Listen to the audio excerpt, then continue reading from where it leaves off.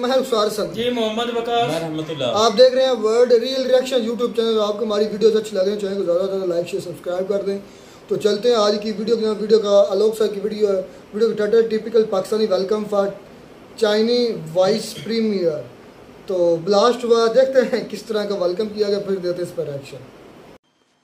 नमस्कार दोस्तों, DD red के एक और एक्शन वीडियो में आप सभी का स्वागत है। तो आज वीडियो मेजर गौरव आर्या सर का है और इसका टाइटल है typical Pakistani welcome for Chinese vice premier.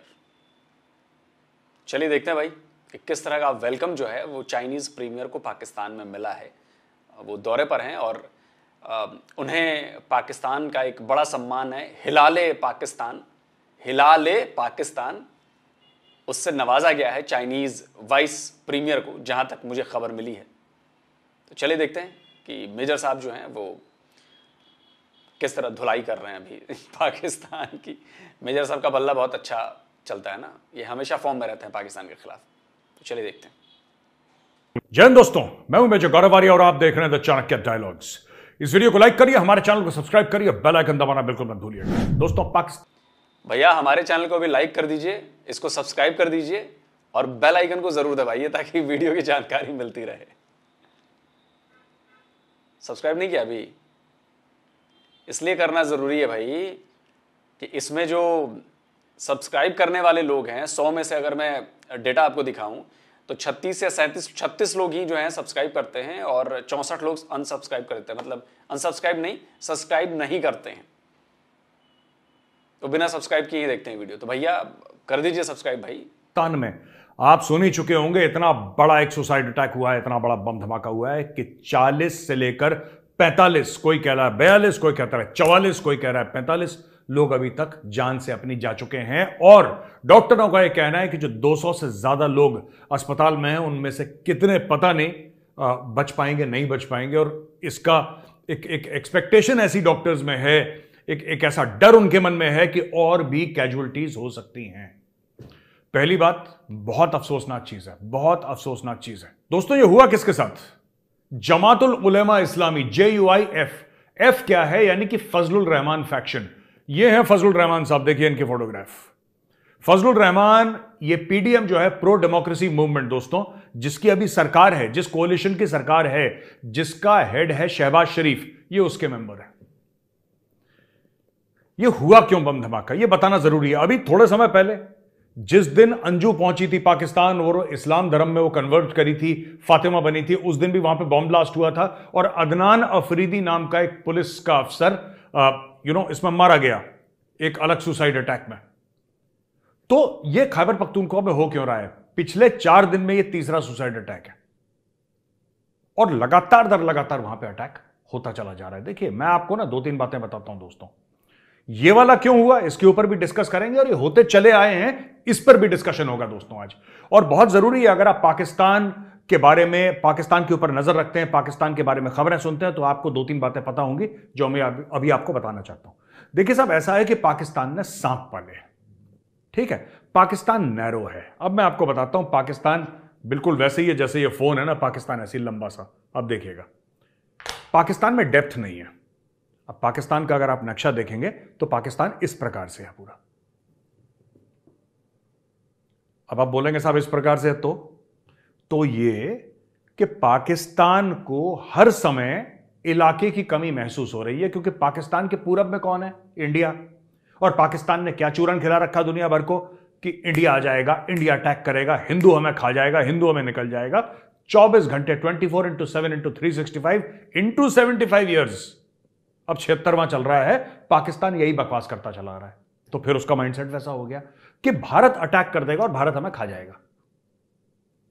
समझ रहे हैं आप? भारत हमें अटैक कर देगा, भारत हमें खा जाएगा। तो अब यह भारत ना खाए इसलिए हमें क्या करना है? और उसकी पश्चिम की ओर क्या है? अफगानिस्तान। अफगानिस्तान है, यानी कि अफगानिस्तान में रशिया टाइम से, पहले जारिस्ट रशिया की बात कर रहा हूं, USSR के भी पहले, जब राजा महाराजा हुआ करते थे, जार कहते थे उनको, तब से यहां पे उनके और ब्रिटिश के बीच में ग्रेट गेम चल रहा है। तो अफगानिस्तान जो है ना, वो स्ट्रेटेजिकली बड़ा इंपॉर्टेंट है, बहुत ज्यादा इंपॉर्टेंट है। तो पाकिस्तान ने बोला साहब हमें तो स्ट्रेटेजिक डेप्थ चाहिए, यानी कि हमें डेप्थ चाहिए जमीन के अंदर, स्ट्रेटजी वाइज हमें डेप्थ चाहिए कि हम भारत में भी कंट्रोल करें और अफगानिस्तान में भी कंट्रोल करें। ये पूरी कहानी ध्यान से सुनिएगा दोस्तों, फिर आपको पता लगेगा हो क्या रहा है। ये पाकिस्तान जो चूरन बेचता है ना, ये बेचता क्यों है। अब भारत में स्ट्रेटेजिक डेप्थ कैसे, सोचिए जरा, भारत को कैसे कंट्रोल कर सकता है वो। भारत के अंदर अपनी फौजें वो भेजेगा तो जूते पड़ेंगे भाई, सरेंडर करना पड़ेगा। तो फिर उसने सोचा कि भारत के जो 2 प्रांत हैं वहां पे हम गड़बड़ कर सकते हैं। देखो, गुजरात की बॉर्डर पॉपुलेशन ज्यादा नहीं है, राइट। आपके राजस्थान की बॉर्डर पॉपुलेशन ज्यादा नहीं है, करेक्ट। अब कहां की बॉर्डर पॉपुलेशन ज्यादा है, कश्मीर की और पंजाब की। धर्म के नाम पे यहां दोनों जगह उसने बवाल करना शुरू करवाया और यहां पे फिर आतंकवाद फैलाया। एक जगह पूरे खालिस्तान का ड्रामा जो शुरू हो रखा था भारत में राजनीतिक कारणों की वजह से छोटे लेवल पे, उसको बहुत बड़ा करा। उनके हाथ में ड्रग्स पकड़ाए, उनके हाथ में हथियार पकड़ाए और पंजाब में उन्होंने एक बवाल शुरू कर दिया। दूसरा बवाल उन लोगों ने कश्मीर में शुरू कर दिया, वही पहले धर्म के नाम पे, फिर उसके बाद बोला कि नहीं अलग हो जाएंगे, अलग है कश्मीरियों से नाता क्या, ला इलाहा इल्लल्लाह, ये सब चूरन इनको खिलाया। ठीक है, अच्छा, ये करने का पाकिस्तान को फायदा क्यों हुआ। एक तो भारत को कमजोर करना, भारत की फौजों को वहीं पे लगाए रखना, 1971 का बदला लेना, जो जलील हुए थे ये लोग, जो सरेंडर करा था इन लोगों ने। लेकिन सबसे बड़ी बात यार, आप कंट्रोल कर रहे हो ना वो एरिया। अगर आपके हिजबुल मुजाहिदीन और जैश मोहम्मद कश्मीर में घूम रहे हैं और अगर भारतीय सेना आती है, पाकिस्तान कुछ करता है और भारतीय सेना घुसती है पाकिस्तान को सजा देने के लिए, यह जंग होती है और भारत की सेना आगे बढ़ती है पाकिस्तान के अंदर, तो अंदर ही अंदर अटैक करेंगे ना वो भारतीय सेना पे। यहां से लश्कर अटैक कर रहा है, यहां से जैश कर रहा है, यहां से ये कर रहा है, हिजबुल मुजाहिदीन कर रहा है, यहां से फलाना, यहां से ढिमका। वही चीज उन्होंने पंजाब में सोची कि अगर पंजाब में कभी लड़ाई होती है, पंजाब में युद्ध होता है और भारतीय सेना वहां से जाती है अंदर, बिल्कुल घुस जाती है पाकिस्तानी पंजाब के अंदर, तो यहां से ये बब्बर खालसा और टब्बर खालसा और फलाना ढिमका जितने भी हैं ये टेरर आउटफिट्स, ये अटैक करना शुरू करेंगे। तो इन्होंने बोला कि भाई अगर आप फिजिकली कंट्रोल ना करें, अपने गुर्गों से कंट्रोल करें। आप फिजिकली अगर कंट्रोल नहीं कर सकते कश्मीर और पंजाब, तो अपने गुर्गों से कंट्रोल करें। यही उन्होंने तमाशा अफगानिस्तान में करा। भारत ने जूते मारे, कश्मीर शांत है, पंजाब शांत है। ठीक है, जो भी खालिस्तानियों को खुजली हो रही है, लंदन में हो रही है, कनाडा में हो रही है, भारत में खुजली नहीं है, खुजली यहां पे मिटा दी गई है। ओके, अब आया अफगानिस्तान। ओ भाई, अफगानिस्तान में हो क्या रहा है दोस्तों, सुनो। अफगानिस्तान में यह स्टोरी है कि इनको चाहिए थी स्ट्रेटेजिक डेप्थ अफगानिस्तान के अंदर, तो इन्होंने बनाया तालिबान। आप समझ रहे मेरी बात, ध्यान से सुनिए। इन्होंने बताया तालिबान। तालिबान का मतलब होता है स्टूडेंट, उर्दू में अरबी में बोलता है ना तालीम, एजुकेशन को तालीम, जो तालीम हासिल करे वो तालिबान। तो इन्होंने तालिबान बनाया। तालिबान बनाने के बाद इन्होंने कंट्रोल करने की कोशिश करी अफगानिस्तान में। लेकिन वो लोग यार पठान लोग हैं, ना वो यूएसएसआर के कंट्रोल में आए, ना वो अमेरिका कंट्रोल में आए। पठानों का कहना है यार तुम पाकिस्तानी 2 कौड़ी के 3 में ना 13 में, तुम क्या हमें कंट्रोल करने की कोशिश करोगे यार, हमने तो सुपर पावर्स को लिटा दिया, हमने उनको मिट्टी चटा दी, तुम कौन हो भाई, तुम्हारी औकात क्या है। अब क्या है कि ये लोग इंटरफियर करते हैं अफगानिस्तान में और अफगानिस्तान ठोकता है इनको। तो पाकिस्तान को जो स्ट्रेटेजिक डेप्थ चाहिए थी अफगानिस्तान में, वो गलती से अब अफगानिस्तान को पाकिस्तान के अंदर मिल गई। स्ट्रेटेजिक डेप्थ का मामला बिल्कुल उलट गया। अब मैं आपको यह बताता हूं दोस्तों कि ड्रामा हो क्यों रहा है। इसमें 2-3 चीजें हैं जो आपको पता होनी चाहिए। चाणक्य डायलॉग्स में ही हमने आपको बताया था, चाणक्य डायलॉग्स के अंदर हमने आपको क्या बताया था दोस्तों, हमने यह बताया था आपको कि पाकिस्तानी आर्मी ने कंडेम करा है यह अफगानिस्तान जो अपने गुर्गे भेजता है, अपने टेररिस्ट भेजता है, तहरीक तालिबान पाकिस्तान भेजता है, ये मतलब पाकिस्तानी आर्मी के वर्ड्स है, मेरे वर्ड्स नहीं है, ये भेजता है, इनको बंद करना चाहिए। अगर ये बंद नहीं करेंगे तो देखना फिर हम इनकी गर्दनें उतार देंगे। अजीम फौज है, नंबर 1 फौज है, नंबर 1 ISI है, नंबर 1 नंबर 2 ये फलाना ढिमका। उन्होंने खूब, जनरल आसिम मुनीर ने खूब धमकियां दी। ठीक है, धमकियां दी जनरल आसिम मुनीर ने। उसके बाद जनरल आसिम मुनीर और उसके कोर कमांडर्स ने बोला हम अफगानिस्तान के ऊपर अटैक कर देंगे। थी बेवकूफी की बात, थी बेवकूफी की बात। अफगानिस्तान पे अटैक करने वाले तो मिट्टी के नीचे दब गए। It's suppose to be, Afghanistan is called the graveyard of empires. भाई वो जिसको कहते हैं कि ना, वो एम्पायर्स का बड़े बड़े जो राज हो चुके हैं पहले, ठीक है, उनका ग्रेवयार्ड है, उनका कब्रिस्तान है वो।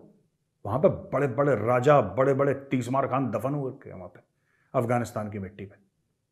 ये लोग कह रहे हैं हम अफगानिस्तान को ना मजे चखाएंगे, ठोकेंगे पठानों को। पठानों ने चिपका दिया इनको।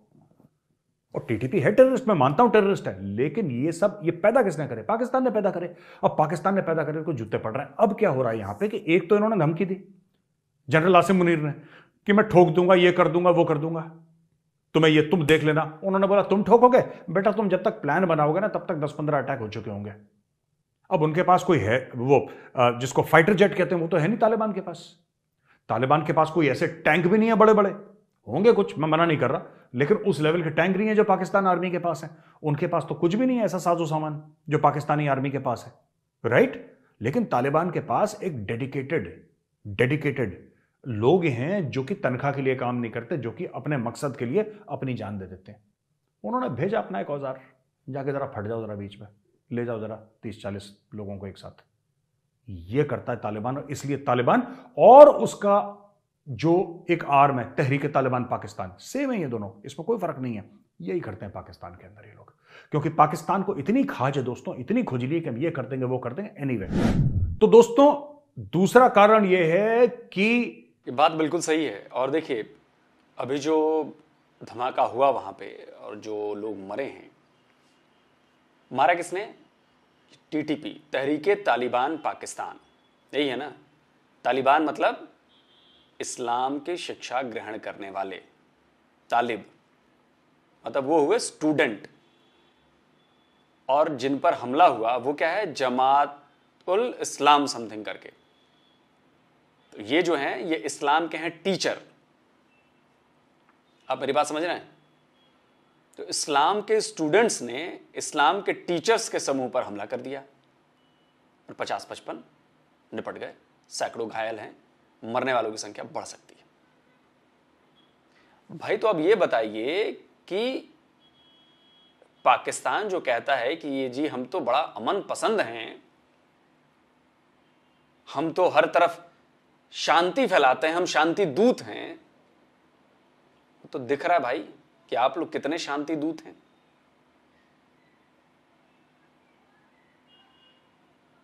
दोनों कुरान को मानने वाले, दोनों कुरान को पढ़ने वाले, दोनों इस बात में होड़ लगी है कि मेरा वाला इस्लाम सच्चा है, तेरा वाला झूठा है। और ये कहता है कि जी मेरा वाला इस्लाम सच्चा है, तेरा वाला झूठा है, और दोनों ने एक दूसरे को मार काट खाया। अब बताइए। और इसके बाद पाकिस्तान कहेगा जी हम तो जी अमन के पुजारी, हम तो अमन चाहते हैं जी। ये माइंडसेट है। इसी माइंडसेट की बात मैं करता हूं कि माइंडसेट रेडिकलाइज्ड है। अब आप रेडिकलाइज्ड माइंडसेट का उदाहरण देखिए। जो हमारे यहां पकड़ा गया वो डॉक्टर, महाराष्ट्र में डॉक्टर था, वो एनआईए ने पकड़ा उसको, आतंकवादियों की भर्ती कर रहा था। यह है माइंडसेट। सोचिए डॉक्टर कितनी मुश्किल से बनते हैं, डॉक्टर कितना पढ़ लिख कर बनते हैं डॉक्टर, और वो डॉक्टरी के साथ क्या कर रहा था? आतंकवादियों को भर्ती कर रहा था, उनको ट्रेनिंग दिलाने के लिए। अब आप सोचिए, ये है हालत। लेकिन अब क्या कर सकते हैं भाई, निपटना तो है। इन जैसे और भी जितने होंगे इन सबसे निपटना है, और निपटना पड़ेगा, क्योंकि आप तो युद्ध में हैं बॉस, और लड़ाई लड़नी पड़ेगी। हर दिन की लड़ाई है, ये लड़ाई रुकेगी नहीं। और इस लड़ाई में जीत उसी की होगी जो जल्दी से पहचान लेगा, आसपास नजर रखकर देख लेगा। लेकिन पाकिस्तान में ऐसा है नहीं। पाकिस्तान में सब एक ही पहचान में नहीं आते हैं कि अच्छा ये सही वाला है कि गलत वाला है, और उसी में गड़बड़ हो जाती है। आए दिन मस्जिदों में ब्लास्ट, आए दिन बाजारों में ब्लास्ट, पुलिस लाइन में ब्लास्ट, अब बताइए ये जलसे में ब्लास्ट, और जिसके पीछे भारत की साजिश है। हर चीज के लिए भारत को जिम्मेदार ठहराता है। ही लाइफेंग जो कि वाइस प्रीमियर है, वाइस प्रीमियर कहां का है? ये वाइस प्रीमियर है चाइना का। ये आया है पाकिस्तान काय के लिए 10 इयर्स ऑफ सीपैक सेलिब्रेट करने के लिए। 10 साल चाइना पाकिस्तान इकोनॉमिक कॉरिडोर को हो गए हैं, उसके 3 दिन का जश्न मनाया जाएगा, खूब पैसे खर्च करे जाएंगे, वाह वाह वाह वाह वाह वाह, एक दूसरे की पीठ पे थपथपियां। इसके लिए ये आया यहां पे, और इसके आने के चक्कर में 3 दिन के लिए इस्लामाबाद बंद कर दिया, स्कूलों की छुट्टी, कॉलेजों की छुट्टी, दफ्तरों की छुट्टी, क्योंकि पाकिस्तान को अपने ही शहरियों पे भरोसा नहीं है। उनको लगता है कि यही जो ऑफिस जाता है ना, यही जो बगल में ऑफिस जाता है हाथ में खाने का डब्बा लेकर, जो बीवी ने पकड़ा है, वही सुसाइड बॉम्बर है, वही मार देगा उसको। They have no trust on their own people. Security सबके लिए होती है बॉस। अगर भारत में आता है कोई बड़ा आदमी तो क्या उसकी सिक्योरिटी नहीं होती? पूरी सिक्योरिटी होती है। लेकिन कौन सा ऐसा देश है जो अपने पूरे कैपिटल का 2-3 दिन तक सब कुछ बंद कर दे? अच्छा, अगर वो नहीं भी बंद करते, अगर पाकिस्तानी अपना कैपिटल सिटी इस्लामाबाद नहीं भी बंद कर दे, तो इस्लामाबाद वाले क्या उखाड़ लेते? मुझे ये समझ में नहीं, करते वो कुछ भी नहीं है फिर भी। लेकिन सबसे बड़ी बात यह है कि उन्होंने 3 दिन के लिए बंद कर दिया। अभी हील लेफिंग आया है। अब ये China Pakistan economic corridor celebrate, China Pakistan economic corridor सबसे बड़ा डब्बा एक प्रोजेक्ट है दोस्तों, सबसे बड़ा डब्बा प्रोजेक्ट है। और इटली का एक मंत्री है जिसने ये बोल दिया है कि साहब गलती हो गई, क्योंकि इटली भी बेल्ट एंड रोड इनिशिएटिव का पार्ट है, जिसका ही चाइना पाकिस्तान इकोनॉमिक कॉरिडोर है ना, belt and road initiative. Italy first western country था जिसने बोला कि हाँ हम भी आएंगे, हमें चाइना से बड़ा फायदा होगा, चाइना से बड़ा फायदा होगा। अब इटली वाले हाथ जोड़ रहे हैं, कह रहे हैं यार ये पागल लोग हैं, ये तो हमें मरवा देंगे, हमें 1 रुपए का फायदा नहीं हुआ, इन्होंने पूरी इकोनॉमी छीन ली। जैसे जोंक होता है जो खून पी लेता है, खून चूस लेता है, कह रहे हैं इन्होंने हमारा खून चूस लिया। वो उसके बारे में कभी और समझाऊंगा दोस्तों क्या हो रहा है यूरोप में चाइना के तरफ से। लेकिन इटालियंस ने हाथ जोड़ लिया। अब मैं आपको एक और चीज बताता हूं, ये बड़े ना सगे वगे बन रहे थे सब तालिबान के। मैं आपको बताता हूं, जितने भी इस्लामिस्ट रेडिकल हैं उन सब के पैर दबाने के चक्कर में कि हमें वोट मिल जाएं और हमें अटैक ना कर दें, तो ये बड़ा एक पाकिस्तान में निकला बिल। भाई देखो मैं आपको बताता हूं, ये बिल था prevention of violent extremism bill, कि भाई वायलेंट एक्सट्रीमिज्म ये मतलब इसको प्रिवेंट करने के लिए बिल है। बिल ये कहता था कि साहब इसमें ऐसा है कि जो भी बंदा कोई ऐसे जहरीले बयान देगा, ऐसे मनी कलेक्ट करके कुछ गलत काम करेगा, जिसके कार्डर होंगे जो गलत काम करेंगे, वायलेंट एक्सट्रीमिज्म करेंगे, यानी कि जो जिसको कहते हैं ना कि रेडिकल होते हैं, जला दो, मार दो, काट दो, इन सबको पॉलिटिक्स में आप नहीं लाएंगे। ठीक है, ये फिर इनको दूर करो, इनको जेल में डालो। ये एक बिल लाना चाह रहा था पाकिस्तान। यार बाकी पॉलिटिशियंस ने बोला तुम पागल हो, तुम बच्चों वाली बात कर रहे हो, हमारा तो काम धंधा ये है। भाई पाकिस्तान का काम धंधा क्या है? छाती पे RDX लगाया, दबाया बटन, थैंक यू, यहां पे बटन दबा, वहां पे 72 उरों के पास सीधा चला गया। वो कह रहा है ये तो हमारा काम है, ये तो हमारा नेशनल स्पोर्ट है। तुम क्या बात कर रहे हो यार? तुम ये कह रहे हो हमसे कि ये सब बंद कर दो, यही तो हमारा काम है। हम वर्ल्ड में फेमस किस चीज के लिए हैं? हमने कौन सी सॉफ्टवेयर बनाई है यार? हमने कौन सा चंद्रयान भेजा है ऊपर? हम कौन सा गगनयान का प्लान बना रहे हैं? हमने कौन सा तेजस बना लिया? हमारे कौन से CEO गूगल और अडोबी और बाकी सब कंपनियों में लगे हैं? हमारा तो सिर्फ एक ही क्लेम टू फेम है, RDX की जैकेट पहनो, बटन दबाओ, बस ऑफ यू गो। और तुम वही बंद करना चाहते हो, हमारा तुम काम धंधा बंद कर दोगे। तो भाइयों इन्होंने फिर ये सब ड्रामा वरामा करा और सेनेट चेयरमैन सादिक संजरानी ने संडे को ये बोल दिया कि साहब इसको ड्रॉप करो, ये कोई इसमें इंटरेस्टेड नहीं है। और ये बिल पेश करा था स्टेट मिनिस्टर शहादत आवान, नाम भी देखो इसका शहादत है, शहादत आवान। इसको ड्रॉप कर दिया क्योंकि इसने बोला कि साहब फार रीचिंग कॉन्सिक्वेंसेस हैं। अच्छा, इसमें से एक बंदा जिसने इस बिल को अपोज करा था कि नहीं, सारे जितने भी टेररिस्ट हैं पाकिस्तान में सबको पूरा फ्रीडम मिलना चाहिए, ठीक है, पूरा सब कुछ मिलना चाहिए उनको, पूरे जोश और खरोश से सारी ये गलत एक्टिविटीज को सपोर्ट करा था, वो था मौलाना फजलुर रहमान। मैं आपको स्टोरी क्यों सुना रहा हूं? मौलाना फजलुर रहमान वही है जिसकी मीटिंग में बम फटा है जिसमें कि 40-45 लोग मर गए। Have you understood? समझ में आ गई आपको बात? तो मैंने आपको पूरी हिस्ट्री बता दी कि इन लोगों ने क्या करा, किस तरीके से इन्होंने शुरू करा, और आज की तारीख में जो बम फटा है उसके 2 कारण हैं। पहली बात तो ये, तो ही लाइफिंग आ रहा है, पहला कारण तो ये है कि वाइस प्रीमियर आ रहा है और वाइस प्रीमियर को एक मैसेज पास करना है। और दूसरी चीज, इन लोगों ने बैठ के धमकाया पठानों को कि हम तुम्हें ये कर देंगे, वो कर देंगे। उन्होंने बोला तुम करोगे? तुम क्या करते? वल्लाह हबीबी हम करती, लो भेजती, हम अपने दोस्त को भेजती, जाओ तुम फट जाओ पाकिस्तान में। ये हो रहा है वहां पे, ठीक है। हम आते हैं दिन की आखिरी खबर में दोस्तों, कि डेनमार्क ने, वो जो होली कुरान वाला मामला था ना, कुरान शरीफ जलाने का, अब डेनमार्क कह रहा है भाई कि हम लीगल इस्तेमाल कर रहे हैं, लीगल मीन्स इस्तेमाल करेंगे किसी तरीके से प्रोटेस्ट को रोकने के लिए। हम नहीं चाहते कि ये प्रोटेस्ट हो। ये कह रहा है कि Danish government noted that the protest have reached a level where Denmark in many parts of the world across the continents is being viewed as a country that facilitates insult and denigration of cultures, religions and traditions of other countries. तो ये कह रहा है कि इससे Denmark की reputation खराब हो रही है और बाकी सब लोग डेनमार्क को इस तरीके से देख रहे हैं कि साहब डेनमार्क ऐसा कंट्री है जहां पे दूसरे मजहब, दूसरे कल्चर, दूसरे रिलीजन को बेइज्जत करा जाता है और उसको डेनमार्क इंकरेज करता है। ऐसा बिल्कुल नहीं है। हम इसके लीगल मीन्स फॉलो करेंगे। यार क्यों झूठ बोल रहे हो? लीगल मीन्स क्यों फॉलो कर रहे हो? क्या लीगल मीन्स है? आप लीगल मीन्स क्या फॉलो करोगे? अभी तो सिर्फ आप देख रहे हो कि जो मुस्लिम्स हैं वो प्रोटेस्ट कर रहे हैं, अभी वहां के क्रिश्चियंस आएंगे सड़क पे और उनके फाशिस्ट एलिमेंट आएंगे हाथ में बेसबॉल का बैट लेके और हथियार लेके। इनके तो इतिहास बहुत ही गंदा इतिहास है फाशिस्ट का, हॉरिबल हॉरिबल हिस्ट्री। अभी तो ये लोग आएंगे सड़क पे, फिर आप देखना मजे, फिर वो बोलेंगे नहीं हम जलाएंगे, तुम क्या कर सकते हो? ठीक, अगर आपको रोकना है, कुरान शरीफ की बेगुरमती रोकनी है तो लेजिस्लेशन लाइए। आप कोर्ट्स पे मत जाइए, आप अपनी पार्लियामेंट से एक लॉ पास करवाइए। डैनिश प्राइम मिनिस्टर साहब एक लॉ पास करवाइए कि कोई भी किताब में, क्यों कुरान शरीफ, क्यों कोई भी धर्म की किताब हो, उसकी बेइज्जती नहीं होनी चाहिए। आप इसका लॉ पास करिए। क्या आप में हिम्मत है कि आप लॉ पास करवाएंगे? आप नहीं करवाएंगे लॉ पास। और आप इसलिए लॉ पास नहीं करवाएंगे क्योंकि आप वो जो freedom to offend, freedom of speech, आप क्या मुंह दिखाएंगे जब बाकी गोरों के बीच में बैठेंगे कि हम डर गए, हमने ये कर दिया, आप ये मुंह दिखाएंगे? नहीं। और आपको क्या लगता है, आप ये अगर लॉ पास करेंगे, जो आम गोरा है वहां पे, जो अभी भी मेजॉरिटी पॉपुलेशन है 80-90%, जो आम गोरा है वो अगले बार आपको चुनाव में हराएगा और वो फाशिस्ट को ऊपर लेकर आएगा। ये बात मैं 1 महीने से कह रहा हूं। चाणक्य डायलॉग्स हिंदी और इंग्लिश दोनों में कह रहा हूं, ये होने वाला है दोस्तों, अब देख लेना। तो दोस्तों यहीं पे हमारा वीडियो खत्म होता है। अगर आपको वीडियो पसंद आए तो वीडियो को लाइक जरूर करिएगा, हमारे चैनल को सब्सक्राइब करिए, बेल आइकन दबाना बिल्कुल मत भूलिएगा दोस्तों। जय हिंद, वंदे मातरम, भारत माता की जय।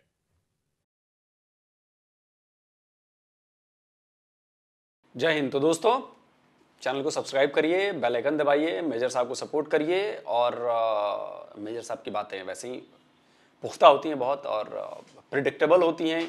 मतलब प्रिडिक्टेबल का मतलब ये है कि जो प्रिडिक्शन करते हैं वो बाद में जाकर सच भी हो जाती हैं। तो ज़रूर करिए। बाकी जो तीनों चीज़ें बताई गई हैं, एक पर तो बात हो चुकी है, दूसरे पे आते हैं कि फजलुर रहमान और चीनी प्रीमियर और इन पे देखिए, चाइना को भी पाकिस्तान ये मैसेज देगा कि आप जो चाहोगे वो वैसा होगा नहीं, मतलब खतरा है। अब ये क्यों भला? इसलिए क्योंकि सिक्योरिटी और सेफ्टी के नाम पर वो चाइना से और ज़्यादा पैसे ले सके, डॉलर्स ले सके भाई, कि देखिए हम आपके सिक्योरिटी पे ये कर रहे हैं, वो कर रहे हैं और हमें थोड़ा और पैसे की ज़रूरत पड़ेगी, नहीं तो देखिए दिक्कत है। अब तो मुझे ये लग रहा है कि डासू डैम पर जो हमला हुआ था वो भी पाकिस्तान ISI ने खुद करवाया था। वो जो उसमें 8-9 मारे गए थे ना चाइनीज़ इंजीनियर्स, तो बड़ा बवाल हुआ था। उसके बाद हर जाने में रकम भी देनी पड़ी थी। तो मुझे ये लग रहा है कि ISI ने खुद ही मरवाया था कि भाई पैसे और दो। अच्छा जी, तो जो वाइस प्रीमियर साहब हैं वो आए हैं जी सीपेक सेलिब्रेट करने। अच्छा बताइए, पाकिस्तान की जनता जो है वो कितनी मूर्ख है, कितनी मूर्ख है कि वो झांसे में आ जाती है। ये वो सीपेक का प्रोग्राम है जिसमें सड़कें बननी हैं, ठीक है जी, लेकिन सड़कों पर गाड़ी कौन चला रहा है? सेना की गाड़ियां चल रहा है और जो अमीर लोग हैं उनकी गाड़ियां चल रही हैं। बाकी तो गाड़ियां इतनी महंगी हो गई हैं कि भाई middle class, upper middle class और इनके औकात से बाहर है पाकिस्तान में। तो यानी कि जो पहले से ज्यादा अमीर लोग हैं वही लोग अपना आराम से चौड़ी सड़क पर गाड़ी चला रहे हैं, चाइनीज पैसे से बनी सड़क पर। उनको किस बात की टेंशन है? बाकी जो गरीब है उसको पहले भी सीपेक जैसी रोड से कोई मतलब नहीं था और आज भी नहीं है। बेचारा क्या करेगा, गाड़ी नहीं तो चलाएगा क्या? साइकिल उस पर चलेगी नहीं। अब आते हैं सीपेक के अंडर दूसरा प्रोजेक्ट था पावर प्रोजेक्ट्स। अब ये तो भाई दोस्तों आप सबको पता है कि जो पाकिस्तान में पावर कंपनीज हैं उन सब पर चीनी कंपनीज का कब्जा हो चुका है। वो सारी चीनी कंपनीज हैं जो पाकिस्तान में पावर डिस्ट्रीब्यूशन और ये सब कुछ देख रही हैं। यानी कि पाकिस्तान में बिजली की जितनी भी आमद है, कमाई है, ये है वो है, वो सब चीनियों के हाथ में है। अब बात समझ रहे हैं? समझिए इस बात को। तो जी सीपेक में थे कई पावर प्रोजेक्ट जिसमें पावर जनरेशन भी शामिल थी, इलेक्ट्रिसिटी जनरेशन। अब आप बताइए कि 10 साल से ज्यादा हो गए और पाकिस्तान अंधेरे में डूबा रहता है। पाकिस्तान में लोड शेडिंग हो रही है, पाकिस्तान में घंटों घंटों बिजली गायब रहती है। बिजली ना होने के चक्कर में आपके टेक्सटाइल इंडस्ट्री का भाटा बैठ गया है। सैकड़ों मिलें बिजली की कमी की वजह से बंद हो चुकी हैं, जो आपको कमाकर पैसे दे रही थी। बिजली की कमी इस कदर हावी है कि आपकी इंडस्ट्रीज छोड़ छोड़कर जा रही हैं। एक तो डॉलर की कमी, दूसरी बिजली की कमी। तो आप ये बताइए कि 10 साल में सीपेक से पाकिस्तान को क्या फायदा हुआ, पाकिस्तान के लोगों को क्या फायदा हुआ? जो गेम चेंजर है और ये है और वो है, आप बताइए कि पाकिस्तान के कितने लाखों युवाओं को सीपेक में रोजगार मिला? कितने पाकिस्तान के इंजीनियर्स आज सीपेक में काम कर रहे हैं? वो डासू डैम पर चीनी इंजीनियर क्यों मरे? चीनी इंजीनियर काम कर रहे तब मर रहे हैं। तो कुल जमा चाइना ने आपको गोल गोल घुमा रखा है, उससे पाकिस्तान को कोई फायदा होने वाला नहीं। और अगर फायदा होता तो ये बताइए कि टर्की की जो मीडिया है, सरकारी मीडिया TRT वर्ल्ड, उसकी रिपोर्ट के मुताबिक 5 मिलियन चाइनीज वर्कर जो हैं अगले 2 से 3 साल में आपके यहां काम कर रहे होंगे, यानी कि 50 लाख। तो ये बताइए कि क्या पाकिस्तान के युवाओं को रोजगार नहीं चाहिए सीपेक में? चाइनीज वर्कर आकर पाकिस्तान में काम कर रहे हैं, वो भी 50 लाख। तो जो उनको सैलरी चाइना देगा वो वापस चाइना पैसा ले जाएगा। जो उसके इंजीनियर सैलरी पा रहे हैं वो सारा पैसा वापस चाइना ले जा रहे हैं। और जो पैसा पाकिस्तान के लोगों को मिलना चाहिए था, पाकिस्तान में जो नौकरी करते उनको मिलना चाहिए था, वो भी नहीं दे रहे वो। और ग्वादर का तो आपके ऊपर सीधा साधा एग्जाम्पल है कि वहां से वो 100 रुपए कमाते हैं, उनमें से 91 रुपए खुद रखते हैं और 9 रुपए आपको देते हैं। आप सोचिए, ग्वादर पोर्ट जो पाकिस्तान की जमीन पर बना है, बलूचिस्तान में बना है, जमीन उनका, पानी उनका, बिजली भी पाकिस्तान का, सब कुछ, और 100 रुपए की कमाई में 91 रुपए चाइनीज ले जाते हैं खुद। और वहां भी उनके ऑफिसर चाइनीज बैठे हैं, उनके वर्कर चाइनीज बैठे हैं, घंटा पाकिस्तानी नहीं है। लेकिन पाकिस्तानियों का सीना एकदम चौड़ा कर लेते हैं, फुलाकर, अरे सीपेक हमारा, ये वो। अजी हाँ। तो दोस्तों बताइएगा वीडियो कैसा लगा। वैसे मेजर साहब की बातें तो हमेशा अच्छी होती हैं, कमेंट करें, जरूर बताएं। और भाई मेरे चैनल को भी सब्सक्राइब कर लीजिए, बेल आइकन दबा दीजिए और वीडियोस को लाइक कीजिए, शेयर कीजिए। जल्दी मिलता हूं। तो जी वीडियो ख़त्म हुई। काफ़ी ज़्यादा बातें इधर आलोक सर ने भी की, मेरे साहब ने की, और इस बात को समझ लें कि एक रंग दिया गया कि जब चाइनीज़ मिनिस्टर आ रहा है तो पाकिस्तान ने उसका स्वागत किया बम ब्लास्ट से। ऐसा भी है कि उसके आने से एक दिन पहले ही ये ब्लास्ट हुआ है, और ये उन्हीं लोगों ने करवाया है जिनको पाकिस्तान ने खुद ट्रेन किया था कभी। मतलब दूसरों के लिए गड्ढा खोदा था, उसमें पाकिस्तान खुद गिर रहा है। ये वही TTP है जिसकी कार्रवाइयों से कभी पाकिस्तान और पाकिस्तान के लोग बड़े खुश थे, क्योंकि ये इनके इशारों पर अमेरिका के ख़िलाफ़ या उसके ख़िलाफ़ USSR के ख़िलाफ़ जो अब रशिया कहलाता है, कार्रवाइयाँ इन्होंने की थी। अब जो है ये उल्टा इनको काटना शुरू कर दिया इन्होंने, मुसलमान ने मुसलमान का। तो अब काफ़ी तकलीफ़ हो रही है हमें कि यार ये तो गलत कर रहे हैं। और दूसरी बात एक आलोक सर ने की जो कि मुझे नामुनासिब लगी है, मैं ज़रूर करूँगा। इसको मज़हब का रंग देना मेरे नज़दीक गलत है। इस चीज़ को मज़हब का रंग देना ही नहीं चाहिए कि वो TTP वाले ये कर रहे हैं, वो भी मुसलमान हैं, ये भी मुसलमान हैं, तो कौन सा सच्चा मुसलमान है? पहली बात मैं एक गारंटी के साथ 110% के साथ आपको क्लियर करता हूँ तमाम मेरे सुनने वालों से कि हमारे नबी पाक सल्लल्लाहु अलैहि वसल्लम ने उनके ज़ुबान मुबारक और ज़ुबान अतर से ये इरशाद हुआ था कि आप मुसलमान जो है वो 72 फ़िरक़ों में बटेंगे, 72 फ़िरक़ों में बटेंगे। और देख लें, अपनी आँखों के सामने हम देख रहे हैं कि वो 72 फ़िरक़ों में बटे। और साथ में ये भी कुरान में इरशाद हुआ है कि तफरक़े में मत पढ़ना, मतलब फ़िरक़ेबाज़ी मत करना। लेकिन मसला ये है कि जो हमारे नबी पाक सल्लल्लाहु अलैहि वसल्लम की ज़ुबान अतर मुबारक से अल्फाज अदा हो गए ना, वो अटल है, वो होना ही होना है। और हर फ़िरका अपने आप को सच्चा और असल मुसलमान समझता है, जिसकी वजह से ये सारा बवाल हुआ है। अगर हमारे नबी पाक सल्लल्लाहु अलैहि वसल्लम की ज़ुबान अतर से ये अल्फाज ना अदा होते तो ये कभी भी नहीं होना तक मुसलमानों में फ़िरका वारियत होती। फ़िरका वारियत हुई इसलिए क्योंकि नबी पाक सल्लल्लाहु अलैहि वसल्लम को आने वाले वक्तों का पता था। इसलिए आज के अगर हम पर ये उंगली उठाया कि ये मुसलमान, एक फ़िरका ये कहता है हम सच्चे हैं, दूसरा फ़िरका ये कहता है ये सच्चा है, तो भाई हमें पहले ही पता है कि हमारे 72 फ़िरके हैं। ये हमारे नबी पाक की ज़ुबान से अल्फाज अदा हो चुके हैं। इस पर हमें ये को कहा कि आपका मज़हब कमज़ोर है तो ये उसकी गलत फहमी है, क्योंकि एक चीज़ का हमें पहले ही पता है कि ये होना है। हमें पहले ही पता कि हमारे मुसलमानों में फ़िरका वारियत में पढ़ना है, तो हम पढ़ चुके हैं, वो ज़ुबान मुबारक पूरी हो चुकी है। तो इस पर अगर ये कहा जाए कि इस्लाम कमज़ोर है या इस्लाम में ये कमी कुताही है तो ये गलत होगा। ये कमी कुताही है ये है, बल्कि इससे और पुख्तगी होगी हमें कि हमारे नबी पाक सल्लल्लाहु अलैहि वसल्लम की जो बात है वो अटल है। ये बात मैं आलोक सर के लिए कह रहा हूँ, जो अक्सर ये कहते हैं या ये जो हमारे दोस्त हिंदू अक्सर जो ये कहते हैं कि मुसलमान का जो मज़हब है वो एक दूसरे को काट रहे हैं। इसकी वजह यही है कि ये हमारे नबी पाक सल्लल्लाहु अलैहि वसल्लम का इरशाद था और पूरा हुआ है, होता रहेगा। अब बात आते हैं ब्लास्ट की तरफ। तो मैं पहले शुरू कर चुका हूँ, पहले बता चुका हूँ कि जो हमारे TTP के पाले हुए पालतू थे वो या हमें काटना शुरू करते हैं। और हमने ये गड्ढे खोदे थे हकीकत माने इंडिया के लिए, अफ़गानिस्तान के लिए, USA के लिए और रशिया के लिए। स्पेशली इंडिया के लिए हमने किया था, ये मिलिटेंट्स ट्रेन किए थे और बदकिस्मती से वो, बल्कि ये तो एक्शन का रिएक्शन है, जैसा करोगे वैसा भरोगे, वैसा हो रहा है हमारे साथ। तो इस पर सिर्फ सिवाय अफसोस के और कुछ नहीं किया जा सकता। नहीं भाई, मैं आपकी इस बात से इत्तेफाक नहीं करता।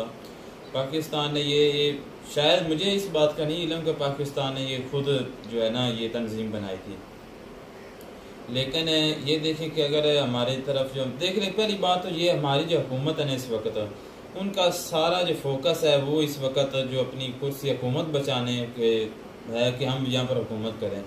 और तलीमी देख लें, तलीमी निज़ाम तबाह हो चुका है। हमारी जो दवाई का है मतलब कि देख लें, मेडिसिन का कोई कख नहीं, हर चीज़ से हम जो है ना फारग हो चुके हैं। तेल का जो रेट है वो दिन ब दिन ऊपर जा रहा है, बिजली का जो बिल है वो बहुत ज्यादा। और यार ये तो हमारे इंटरनल मामले मसला ये है कि हमारे बॉम्ब ब्लास्ट किसने की है, उस तरफ हमारी हुकूमत का ध्यान नहीं। और वो जो TTP है वो उसके ज़हन में जो आ रहा है दिमाग में वो सोचे समझे बगैर कर रही, उसको पता है कि हुकूमत का इस तरफ ध्यान नहीं है।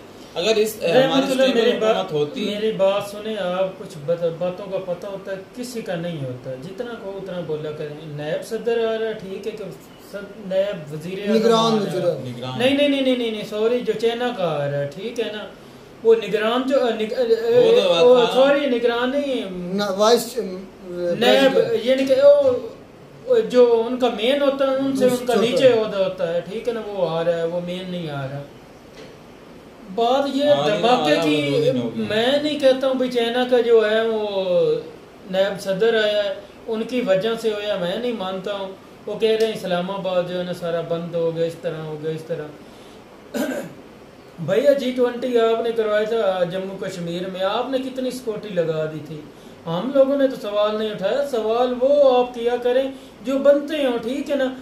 एक ऐसी कंट्री का कोई इतना बड़े होते वाला आ रहा होता है तो उनको सिक्योरिटी तो देनी होती है ना, वो तो जिम्मेदारी होती है कंट्री की। अल्लाह ना करे ऐसा कोई इस तरह को वाक़या हो जाता है, जिस तरह हमारे दूसरा मुल्क में श्रीलंका के ऊपर अटैक हुआ था टीम के ऊपर, तो वो काफ़ी उनसे आपको पता है हमारी क्रिकेट तबाह बर्बाद हो गई थी। इस तरह का वाक़ा आप कहते हैं भी ना, इस तरह का आप हालात पैदा करें भी, इस तरह का मामला होने दें भी पाकिस्तान के अंदर कोई आए ही ना, ठीक है ना। ये इस तरह नहीं होता। फिर आपने की वो डॉक्टर की बात, वो डॉक्टर मुसलमान था ठीक है, मेरा माइंड है ज़ाती तौर पे उस मुसलमानों को उसने आगे लाया होगा, आपने उसके ऊपर ब्लेम लगा दिया जी ये दहशत गर्दों को ट्रेनिंग दे रहा है, इस तरह कर रहा है। नहीं बात ये विकास भाई, अगर तो वो डॉक्टर था या उसके अंडर को ओहदा था ना तो उसको मेरिट पर फैसला करना चाहिए। मुसलमानों को आगे लाने की जरूरत ही नहीं है यार, मेरिट पे लाया होगा ना, ये दिखा दे ना, मेन सबूत को दिखा दे यार ये मेरिट है, ये हिंदू को आगे नहीं लेके आए, मुसलमान को आगे लेके आए। इंडिया में जो मुसलमान है ना उनको दहशतगर्द की निगाह से देखा जाता है। मेरे वो मुस्लिम पक्की बात है, मुस्लिम है ठीक है, बकाया आ जाते हैं वो अंजू से फातिमा बनी, ओ गौरव और ये सब सर हमारी तरफ तो इतनी इज्जत मिलती है, करोड़ का उनको चेक मिल गया, स्कूटी मिल गई, घर मिल गया, इतनी इज्जत और मोहब्बत दी जा रही है। एक वो सीमा हैदर गई है, आप पता नहीं क्या क्या उनके साथ कर रहे हैं। ये होती नेचर की बातें तो आप बहुत सुनाते हैं, ये आपके सामने है हर चीज, देख लें हम लोग कितनी इज्जत देते हैं। और हमारी मीडिया पर भी मजे की बात है, ये बोल रहे हैं ना हिंदू से आपने मुसलमान में वो कन्वर्ट की, उसकी खुद चॉइस थी मैंने मुसलमान होना है। नहीं यार सीमा भी तो कन्वर्ट की है ना, हम लोगों को कोई मैं वही बात कर रहा हूँ ना, सीमा भी कन्वर्ट की, उस पर ये क्यों नहीं बोल रहे?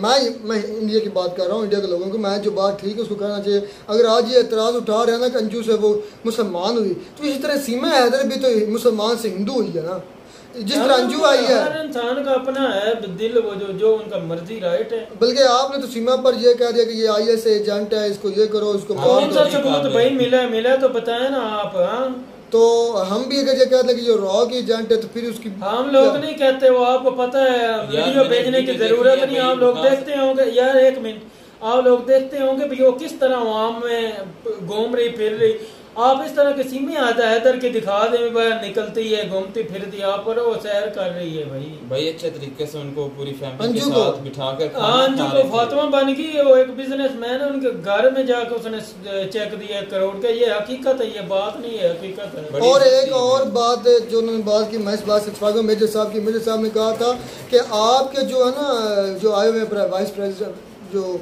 चाइना के CPAC की ये 10 साल खुशी मनाएंगे, आयाशी करेंगे, उड़ाएंगे, और उसका जो फायदा कोई नहीं है, इटली ने इससे हाथ खींच लिए हैं। ये बात बिल्कुल ठीक है, इटली इस प्रोजेक्ट से निकल चुका है उसने, मैं ये बिल्कुल 100% उनकी बात ठीक है।